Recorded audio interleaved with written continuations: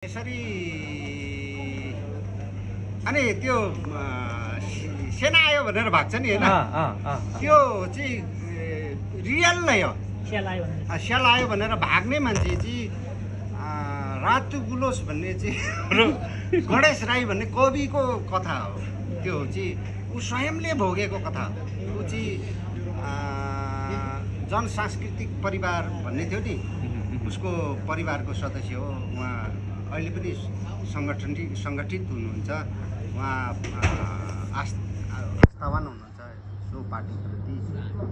उहाँले आफै स्वयं मलाई सुनाएको कथा। मैले कथेको त के हो भने मैले चाहिँ कथनहरू चाहिँ जोडेको हो त्यो गाउँको एउटा परिवेशको माहौललाई चाहिँ कोठामा बसेर यसो आँखा चिम्लेर के लेख्थेँ। जस्तै अब यो चलचित्रको विजय बराल पनि हुन्छ, जहाँ एकदम राम्रो कलाकार होइन। त्यो उहाँको कलाकार अलिकति यो फनी कमेडी टाइपको छ र उहाँको पनि राम्रो भूमिका छ कथामा है। उहाँको बारेमा थोरै भन्नु। यो इन्ट्रेस्टिङ कथा चाहिँ तपाईँले गाउँैभरि भेट्नुहुन्छ। विजय बराल जस्तो त हाम्रो गाउँमा समस्यामै छन् होइन। कतिसम्म अरे यो चाहिँ आर्यन होला, बाहुन छेत्री होला भनेर लिम्बूले कुरा काटिराखेको, उसले चाहिँ फेनको बात भन्ने यस्तो भन्यो भने। अनि मैले एउटा सिन बनाएको छु त्यहाँ। म विजय बरालको बाउ त मै छु नि होइन। मैले कोला बोकेर आइरहेको छु, मेरो श्रीमती तुलसीमा पानी लाएर हुन्छ। अनि मङ्गल सिंह चाहिँ उदास बसेको छ होइन। स्थिति चाहिँ के हो भने सेम स्थिति चाहिँ त्यस्तो छ। त्यो चाहिँ तपाईँले त्यही सिन मात्रै केलाएर हेर्नुभयो भने पनि समस्या मङ्गल सिंहको समस्या के हो भन्ने देख्नुहुन्छ। मङ्गल सिंह चाहिँ पहिचान खोजिरहेको। कस्तो हो भने आमा पुरै हिन्दू छ, उसले तुलसीलाई पूजा गरेको हुन्छ, गरिरहेको हुन्छ। एउटा कुरा, लिम्बूहरू चाहिँ हामी चाहिँ श्रीमतीको ल्याएको देउताहरू मान्ने जातमा पर्छौँ क्या। श्रीमतीले ल्याएको देउताहरू चाहिँ हामी पुज्छौँ। हाम्रो आफ्नै युमा थेवा भन्ने चाहिँ हुन्छ नै हाम्रो आस्था। तर बाँकी चाहिँ श्रीमतीले जे देउताहरू ल्याउँछ उही पूजा गर्छ क्या। अनि ऊ चाहिँ लिम्बू हुँ भनेर जोडतोड सङ्घर्ष गरिरहेछ होइन। आमाले टिका लाउनु दिनु बच्चा म थिबुङसा याक्थुङबा म टिका लाउँदैन। यो उसको आफ्नै समस्या हो। यो मङ्गल सिंहको सुन्दर कथा छ त्यो। अनि तपाईँलाई लाग्ला कि मङ्गल सिंहको बाउले कोला चाहिँ किन बोकेर आउँदैछन् नि। तपाईँले त्यो मङ्गल सिंहको गाउँमा कोला फल्छ जस्तो लाग्छ। कोला कहाँदेखि ल्यायो? त्यो इमेजिन गर्दै थिएँ क्या म। मैले त्यो कोला बोक्नुको एउटा सिम्बोल छ होइन, सिम्बोल गरेको छु। तर बुझ्नेले लिम्बूले बुझे, लिम्बू समुदायले बुझे त एउटा कुरा भयो। अनि नबुझे पनि सुन्दर छ नि त खोला बोकेर। सुन्दर छ। म आफै मौका छु त्यो सिन। तपाईँले इन्जोय गर्नुभयो भने तर म आफै हेर्छु होइन। खोला बोकेर आएको छु नि त। त्यसको पनि तपाईँले एउटा छुट्टै बिम्बमा बनाउने कोसिस गरेको छु। तल ओखरको बोटमा झुन्ड्याइदिएको छु भने टिपिकल शब्दहरू छ होइन। जाँदा जाँदै सम्पूर्ण दर्शक महानुभावहरूलाई दुवैजनालाई के भन्नु छ? होइन रमाइलो हुँदै थियो सक्नु र।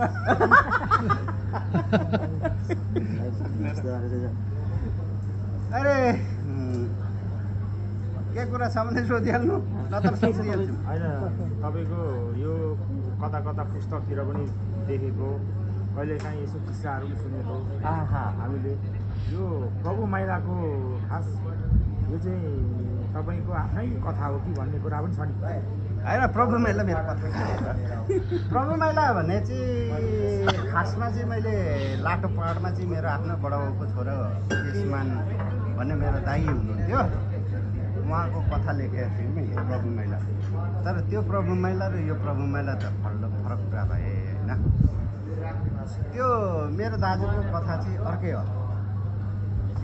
दाजुको थोरै प्रभु मैला जे कथा छ लाटोपाडमा त्यो चाहिँ अर्कै छ। मेरो दाजु चाहिँ गाउँमा झगडा भएर अब पुलिस केस भएर यस्तै के भएर होला हौ, म इलाम कलेज पढ्दै थिएँ, दाजु चाहिँ भाग्नु पऱ्यो के गाउँदेखि। अनि आसाम जानुभएको थियो। अनि आसाम चाहिँ जङ्गलमा आरा काट्दा क्या बोरो विद्रोहीहरूले भेटेछन् के। 4 महिना बन्दुक बोकाएर झोला गोली कट्ठा बोकाएर भरिया बनाएर क्रिस्चियन बनाएर पठाएछ क्या। अनि मेरो त्यही केसमान आङदेम्बे अहिले पनि नारायणघाटमा बस्नु भएको छ, पास्टरै हुनुहुन्छ होला। मेरो दाजुलाई क्रिस्चियन भए पनि मेरो आदर सम्मान छ। मेरो आफ्नो खुन हो नि त, मेरो दाजु हो नि त होइन। मेरो दाजुले चाहिँ त्यसरी चाहिँ क्रिस्चियनिटी फैलाएको थियो क्या गाउँमा, त्यो आसामदेखि आएर। तर मेरो त्यो दाइ चाहिँ पानीमा डुबाउनु भएको थियो।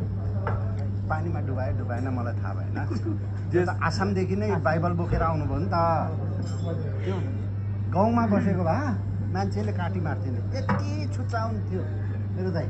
म बच्चा उता गइसकेपछि देउता भएर कति सुध्रेर चलचित्रमा यो तपाईँको क्रिस्चियन अलिकति निमुठामुटाले नस्वीकार गरेको एउटा सिन जस्तो छ होइन, त्यो त्यो चाहिँ के हो? आँखा निको पारिदिन्छु। त्यो वाला सिजनाको जब त्यो एउटा सिन छ त्यसलाई जुन समुदायलाई एक्सेप्ट नगरेको जस्तो। कसरी एक्सेप्ट गर्छ त? त्यो त एक्सेप्ट गर्ने कुरा नै होइन नि। एक्सेप्ट त कसले गरिरहेछ त? जो विश्वास लाग्छ, विश्वास भएपछि एक्सेप्ट गर्नु भन्ने कुरा हो नि। विश्वास जहाँ डगमगिन्छ, जहाँ कमजोर हुन्छ विश्वास, त्यसपछि हुने कुराहरू हुन्छ होइन। अब के पो छ माक्सोतीको विश्वासमा त्यस्तो डगमग्थ्यो होला या उसको आफ्नो कमजोरी थियो होला, त्यसमाथि कसैले गर्यो होला, त्यस्तो भयो होला। त्यो अब त्यो कथाको पृष्ठभूमि फरक होला, त्यो त केलाउनुपर्छ अर्को कुरा। त्यो फेरि ती सकिन्छ, त्यसको अरू सकिँदैन, सकिँदैन। तपाईँले फिल्म राम्रो हेर्नु भएन, निदाउनु भयो तपाईँ, त्यसपछि निदाउनु भयो।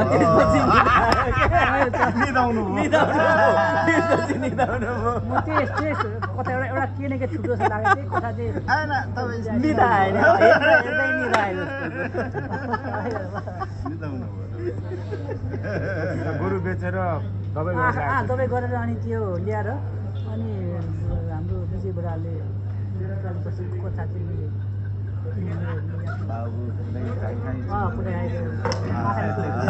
हलोडले कुटेको तिमीले हेरेको थिएन त्यहाँ? पछि उपचार भएर ल्याइसकेपछि फेरि पनि हुन्छ त त्यो पानीमा त्यो हुन्छ किन हुँदैन त? फिल्म चलिरहेको छ स्टडी भन्नु हुँदैन भन्ने हुन्छ र। त्यहाँदेखिको सिन चाहिँ मलाई त्यो नबुझेको हुनसक्छ। कतिले अरू कतिले बुझेको छैन होला, त्यो चाहिँ थोरै के छुटपुट छ भने त्यो छैन। अब यस्तो हुन्छ, अब मैले फिल्म पनि बनाउनु, मैले नै बुझाउनु थाल्नु त यो त दुर्घटनाको कुरा हुन्छ होइन। आफ्नो कविता आफैले व्याख्या गर्दै हिँड्नु पनि सुन्दर लाग्दैन होइन।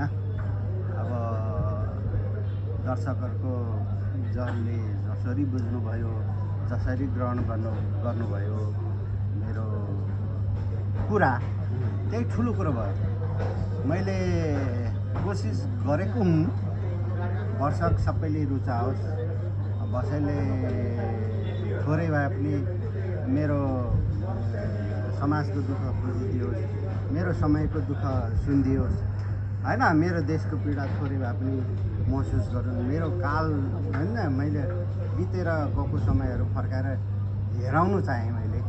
हामीले यस्तो समय पनि बिताएर आयौँ है, दर्शकलाई यो फर्केर हेर्नु अनुरोध त होइन, के भन्छ, फर्केर हेर्ने यसो माध्यम बनाएँ अब जेन्जी पुस्ता या त्योभन्दा मुनि पुस्ता जुन यो समयकाल उहाँले भोग्नु भएन, उहाँहरूलाई चाहिँ के हो भने यो समय यसरी काटेर आएछन् मेरा बाउ काका, मेरा आमाहरू, मेरो फुपूहरू भनेर हेरुन्।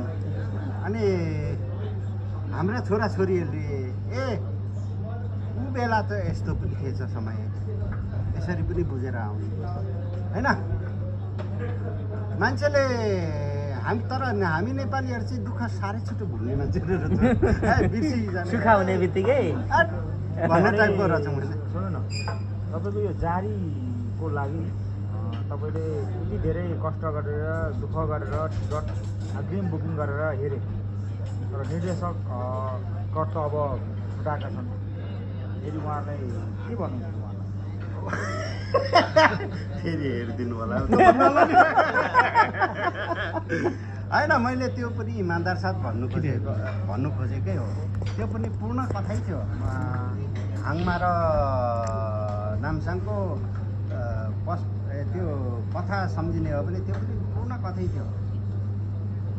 यो जो डिरेक्टर जो आयो, निर्देशकीय भर्जन जो आयो, निर्देशकको भर्जन जो आयो, त्यो रूपभन्दा साह्रै कम चाहिँ होइन। तर फेरि फर्केर हेर्नुहोस्, पूर्ण हेर्नुहोस्, फेरि हेरिदिनुहोस्। चलचित्र रमाइलो छ, केही त्यस्तो छैन हेर्दा भन्ने कुरा अनुरोध गर्नु बाहेक मैले के गर्नु।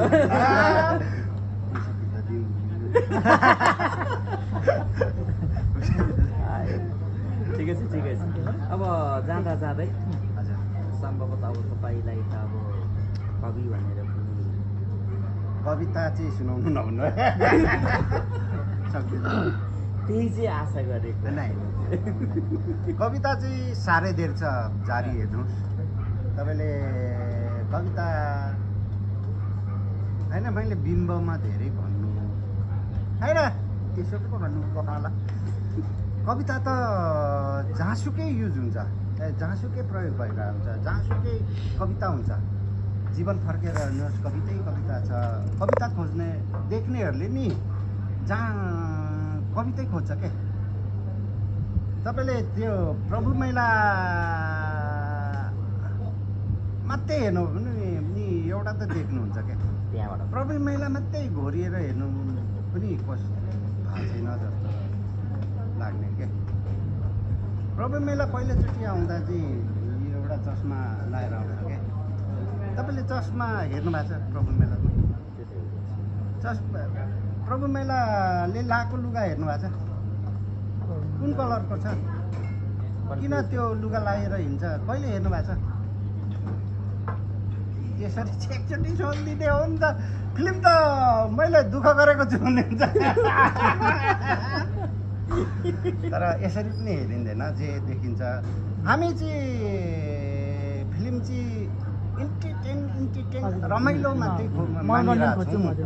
अब यहाँ हेर्नु चाहन्छौँ होला सायद है, तर त्यति मात्रै होइन क्या। फिल्म त्योभन्दा बढी नै होला भन्ने पनि लाग्छ। तर मैले भनेर भोग्ने होइन। तपाईँको कुराहरू सुनेर एकदमै धेरैलाई यहाँ मनिष जबेजु लगायत धेरै साथीहरूले चाहिँ प्रश्न छ भने सोध्नुहोस्। रमाइलो लागेर कतिपय प्रश्नहरू हाम्रो आइसक्यो भन्ने कुरा छ। र लक्ष्मण दुबेजीले नै दुबईबाट सेवाहरू भन्नुहुन्छ के छ अन्तिममा तपाईँबाट केही छ भने नभए हस् त हजुरको एकदम यो मैले नयाँ रूपमा फिल्म फेरि प्रदर्शनमा ल्याएको छु।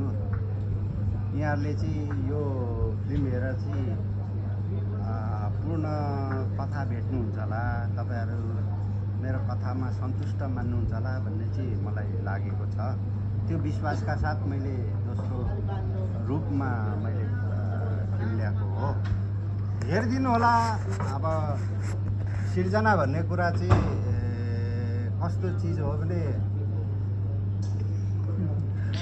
पूर्ण त सबैलाई नहुनु सक्छ, किनभने भगवान् भगवान्कै सिर्जनामा त खोट लाइन्छ सामान्य छुट्टो मान्छेको सिर्जनामा सम्पूर्णै छ यहाँ पर्फेक्ट छ भन्ने कुरा त अर्थ गर्दैन। जे जति होस् दर्शकहरूलाई भरपुर मनोरञ्जन गरौँ भन्ने मेरो कोसिस हो। कोसिसमा तलमाथि रहन सक्छ, त्यसमा क्षमा चाहन्छु। नमस्कार, सेवा र यो अब 5औं दिन भयो चलचित्र चलिरहेछ। तपाईँले यो हाम्रो पत्रकारजीहरूलाई यो धरानकै यस्तो जाडो नजाडो टप अग्लो टावर होटलमा चाहिँ किन बोलाउनु, यो होटलले किन रोज्नु भयो तपाईँले? होटलको बारेमा के भनिदिनुहुन्छ कि? उहाँ हुनुहुन्छ, यो होटलको बारे उहाँलाई धेरै उहाँ नै हो होइन, यहाँको रेखदेखकर्ता हाम्रो केन्द्र लिम्बू सहरको मान्दा उहाँ हो। उहाँको होटल हो, नयाँ होटल छ, यति भव्य यति लग्जरियस धरानमा एकमात्र होटल हो अहिलेलाई। कुन चाहिँ होटल छ? होटल अमेरिकन अमेरिकन भन्नु न भनेपछि अहिले हामी होटल अमेरिकनको टपमा छौँ। होटल अमेरिकनको टप छ तलामाथि यो कता घुमाएको यता यो आएर 2 दिन बसिसक्नु भयो दाजु। म 2 दिन बसेँ। कस्तो रहेछ त यहाँको यसो हल्का बताइदिनुहोस् न तपाईँको। यति भव्य, यति सुन्दर, यति सुन्दर ठाउँमा छ, यति शान्त वातावरणमा छ। अनि तपाईँले साँच्चै इन्जोय गर्नुहुनेछ यो होटलमा चाहिँ। यो कहाँ अब हाम्रो धरान 15 मा बगरकोट मास्तिर छ। तपाईँ धरान आउनुहुन्छ भने चाहिँ एक दिन तपाईँले होटल अमेरिकनमा बस्नै पनि परेन हो। यो रेस्टुरेन्ट मात्रै आएर, यो बारमा मात्रै आएर फोटो खिचेर पनि जानु सक्नुहुन्छ। हाम्रो हुन्छ, हस् ल। हाम्रो नवीन भाइ हुनुहुन्छ, उहाँलाई होटलमा आएर है तपाईँलाई जारीमा देखेको थिएँ भन्नुभयो भने डिस्काउन्ट दिइहाल्नु। धन्यवाद धन्यवाद। 5औं दिन छ, अहिले हाउसफुल भइरहेछ देशभर। अझै 51 दिन पुरा गरोस्। 51 दिन शुभकामना हजुरलाई एकदम 100 दिन नि 51 दिन 100 दिन जानुपर्छ नि। हजुरलाई एकदम शुभकामना र फेरि धरानमा पूर्ण शुभकामना लिएर आउनु होला। धन्यवाद। धन्यवाद हजुर। सेवा र नवीन सरको पनि सेवा र धेरै दिनु होला जारी। ओके, धन्यवाद।